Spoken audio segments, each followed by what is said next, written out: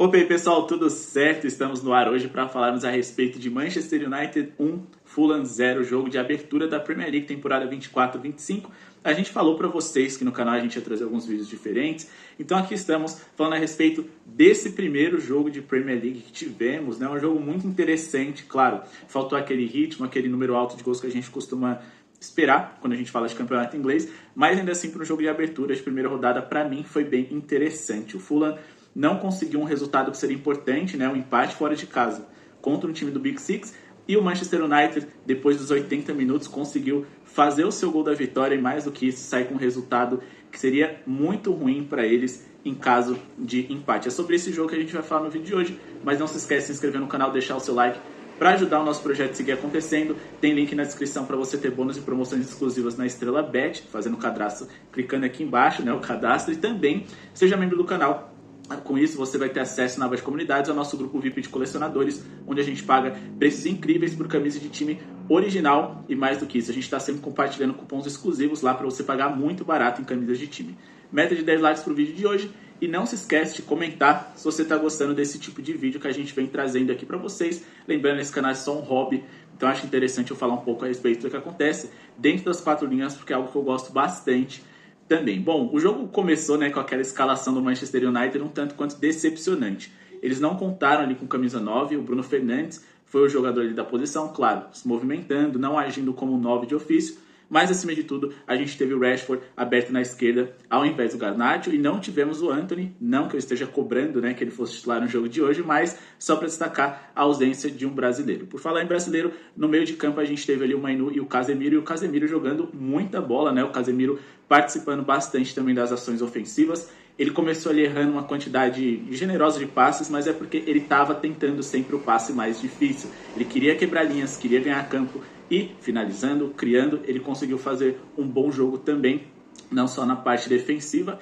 É importante esse jogador aí ter um bom momento nessa temporada, porque eu ainda acho que a seleção brasileira pode sentir falta dele, tá? Eu ainda não me convenci com essa formação de João Gomes e Bruno Guimarães. Inclusive, eu tenho um canal que a gente fala a respeito de seleção brasileira, o link vai estar aqui na descrição também para vocês conhecerem lá. Então, uma boa notícia, essa boa partida aí do Casemiro, que criou chances, finalizou e participou bastante do jogo. Já no lado defensivo, né, a gente teve ali Dalot na lateral, Lisandro Martinez e também tivemos ali o Maguire, o que também foi uma grande decepção, porque a gente está falando aí de um Manchester United que a gente sabe que precisa melhorar, tá? Sob nova direção, claro, ainda tem um Ten Hag no comando técnico, mas sua comissão mudou aí drasticamente. Só que tem um porém, a gente entende que o Manchester United é um gigante, eles não podem contar com alguns jogadores e posições que eu acho que não são dignos do Manchester United.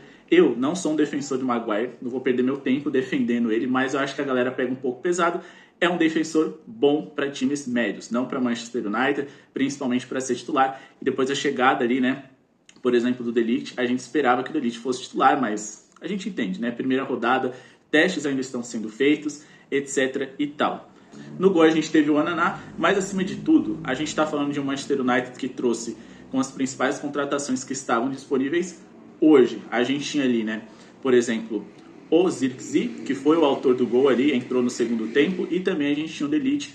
Como eu disse, a gente esperava que eles fossem titulares. Mas o Manchester United, mais uma vez, começa sem o camisa 9, e eu sinto muita falta, tá, de um jogador ali que segure dois defensores, que alongue o campo, né, de uma maneira ali horizontal, digamos assim, ou vertical, dependendo de como você estiver vendo o campo, mas que afunde, aumente o campo assim, alargue ele, digamos assim. Então eu sinto muita falta de um camisa 9, tá?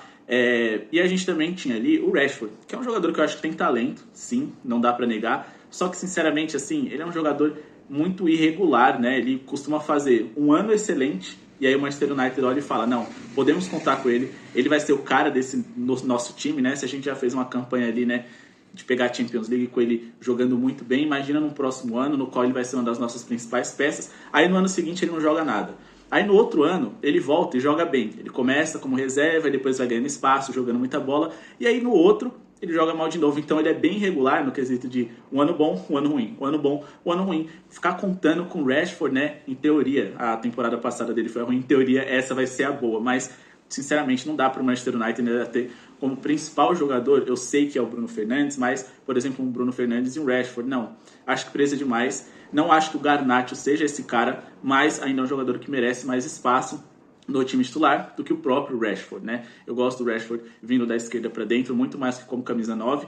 Outra coisa que já tentaram várias vezes, e acho que isso sim prejudicou o Rashford, mas acima de tudo é um jogador que, sinceramente, para mim já deu, sabe, muito tempo dele no Manchester United, sendo uma peça importante, ou pelo menos a esperança de que o United faça algo a mais na temporada. Sinceramente, para mim, ele comete alguns erros assim que me incomodam bastante, porque é um jogador que já deveria estar numa maturidade maior, e sinceramente, eu acho que o pessoal tem muita boa vontade com ele, principalmente porque ele é prata da casa, inclusive ali no começo do jogo, mesmo em impedimento, ele conseguiu ganhar campo ali em velocidade em um contra-ataque, um passe nas costas da defesa do Fulham que deu espaço. Ele teve tempo de pensar, olhar para a área e fez um passe ridículo. Ok, estava impedido, mas ainda assim não é esse tipo de qualidade técnica e de tomada de decisão mediano que o United precisa. Bom, e aí o Fulham começou a incomodar bastante, né? Eles fizeram um bom primeiro tempo, eles criaram boas chances ali, eles têm jogadores muito físicos, né, nas duas pontas, o Iwobi, o Traoré que conseguiu ali criar boas oportunidades, o Rodrigo Muniz que faz um bom pivô. Dessa vez a gente ainda tinha o Andreas Pereira e o Smith Rowe para poder criar do lado do Fulham. Mas eu senti falta do Palhinha ali no meio de campo também, que deixou muito espaço para o Manchester United. Palhinha que hoje já nem é mais jogador do Fulham, tá no Bayern de Munique, então vai ser complicado jogar sem esse jogador, que eu considero ele um pilar importante desse Fulham. Ia ser um resultado importante, o Fulham teve chances ali de vencer ou abrir o placar, principalmente no primeiro tempo. Não acho que eles foram dominados em nenhum momento, claro, a proposta era muito mais, principalmente fora de casa, que eles tivessem menos a bola, isso de fato aconteceu, mas não é como se o Manchester United fosse um time dominante. Eles tiveram oportunidades, como o próprio Fulham também teve, os goleiros foram muito bem, o Leno saiu ali no pé do Bruno Fernandes em duas oportunidades ali muito importantes, que o Bruno Fernandes acabou perdendo o gol, uma delas ali com assistência também do próprio Casemiro.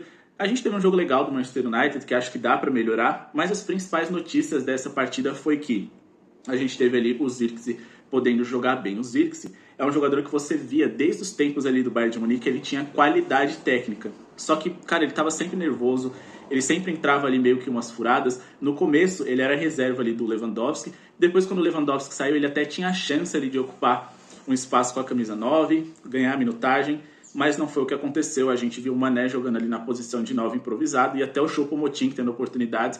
E aí, o Zirkzee vai pro Bolonha e você pensa, cara, talvez ele não vai evoluir. Talvez toda essa qualidade técnica que você consegue enxergar vai ser apagada por conta, né, de uma dificuldade em tomar decisão, de um nervosismo que esse jogador acabava tendo, né? E até mesmo de certa apatia dentro da partida que você podia observar muito bem ele tendo. Ele parecia sempre muito desligado. Ele fez uma excelente temporada pelo Bolonha. Eu gosto muito do Milan e comentavam que ele seria o centroavante do Milan com a saída do Giroud. Acho que ele tinha muito a oferecer para o Milan em questão de combinações ali, porque é um jogador que sai da área, que sabe construir, tem um bom drible e consegue, né, atrair marcadores vindo da posição de 9 para fora. Mas ainda assim, eu esperava algo um pouco mais do que o Zirkzee. E talvez o Morata seja esse pouco a mais que o Milan precisava, que também envolvia a questão de experiência. Mas para o Manchester United, que é um time que ainda não tem na camisa 9, ele no caso usa a camisa 11, um jogador ali sólido, então acho que ainda dá tempo do Manchester United pensar em um processo de mais longo prazo, né? Um jogador ali que pode dar algum retorno, não é a ideia do Milan, então por isso que eu acho que o Morata fazia mais sentido. O Milan não tinha tempo para poder desenvolver o Zirkzee, porque o Milan precisa aproveitar esse tempo de vida útil que eles ainda têm com o Rafael Leão, que mais cedo ou mais tarde vai sair, é a realidade do futebol italiano hoje, então era importante trazer um centroavante ali mais experiente. Mas pro lado do United, eu acho que foi uma excelente contratação. Acho que esse gol traduz muito bem o que o Zirkzee pode contribuir para esse time, né? Ele sai para construir a jogada, inicia ela, corre para a área e finaliza. Então é um jogador que acho que vai ganhar bastante espaço. E pensando nesse cenário no qual eu não gosto de um time que não tenha um 9, eu acho que ele poderia ter começado, por que não? Não acho que essa primeira rodada, uma derrota, um empate seria o fim do mundo para o United, seria um resultado ruim sim, mas dá para fazer experimentos. Acabou que ele botou o De Ligt no meio da partida, colocou 2 zagueiros, né? E abriu outros 2 zagueiros ali para lateral. Na verdade, eles abriram só o Lisandro Martinez, né? O Dalot foi para lateral direita. E aí eles ainda colocou o McTominay. Eu pensei, cara, esse careca ele não quer ganhar, não é possível. Dentro de casa, ainda faltando mais de 10 minutos de jogo ainda, se não me engano, Só que, claro, o McTominay é um jogador que volta e meia acaba cravando aí, é um jogador que tem uma boa presença de área vindo de fora para dentro, que é algo que eu gosto muito em volantes, tá? Inclusive, por isso que eu acabei destacando bastante a partida do Casemiro, porque eu gosto quando os jogadores de meio de campo atacam a área, aparecem para finalizar ou cabecear também. Mas no fim das contas, quem fez o gol mesmo foi o Zirkzee, poderia ter sido o McTominay ali.